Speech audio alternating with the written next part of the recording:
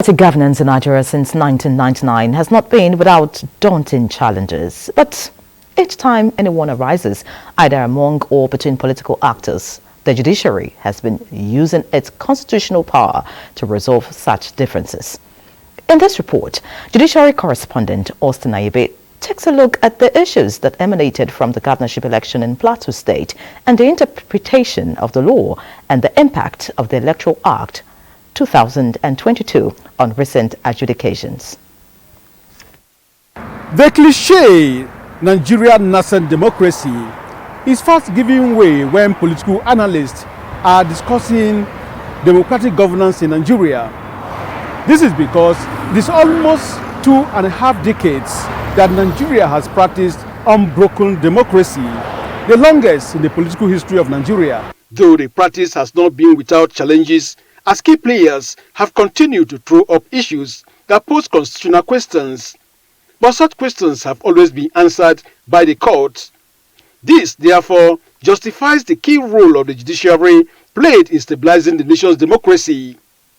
Such landmark decisions by the judiciary abound, with events that play out after the death of the APC governorship candidate in Kogi State, Prince Abubakar in mind.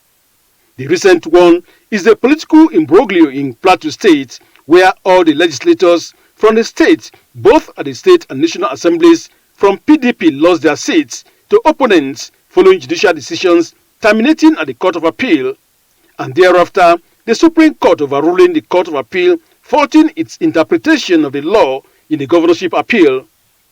The question on the lips of many Nigerians since then is the implications of the latest decision of the Supreme Court on the legislators who lost their seats since their cases, as stipulated in the Electoral Act and the Constitution, terminate at the Intermediate Court, which is the Court of Appeal. The sui generis nature of electoral matters has also made the court functus officio.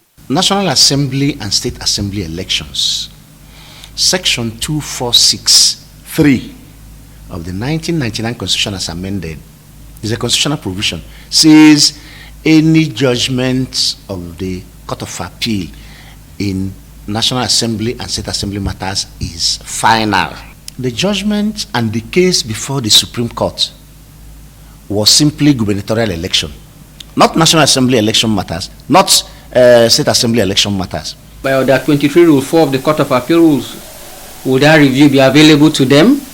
It is all this, it throws up an interesting dynamic. That is how the law grows. Going forward, is there a need for the review of the Electoral Act 2022 before the next general election? I'm also of the opinion that we can amend the Constitution, Section 2463, to now extend it to the Supreme Court, so that where it is perceived that the appellate court made mistakes, where such occurs, the Supreme Court can also look at it and make corrections. Yes, it's commendable. Everybody wants to go to the Supreme Court, but also think of the other side.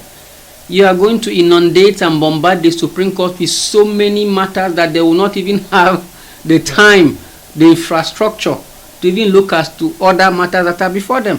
As it is, election matters has taken 2 years. That means all commercial matters have stayed. Legal experts contend that Nigeria has one of the best democracies in the world. All that is required is continued institutional reforms and training of personnel, including judicial officers. In Abuja, Austin Ayebe, NTA News.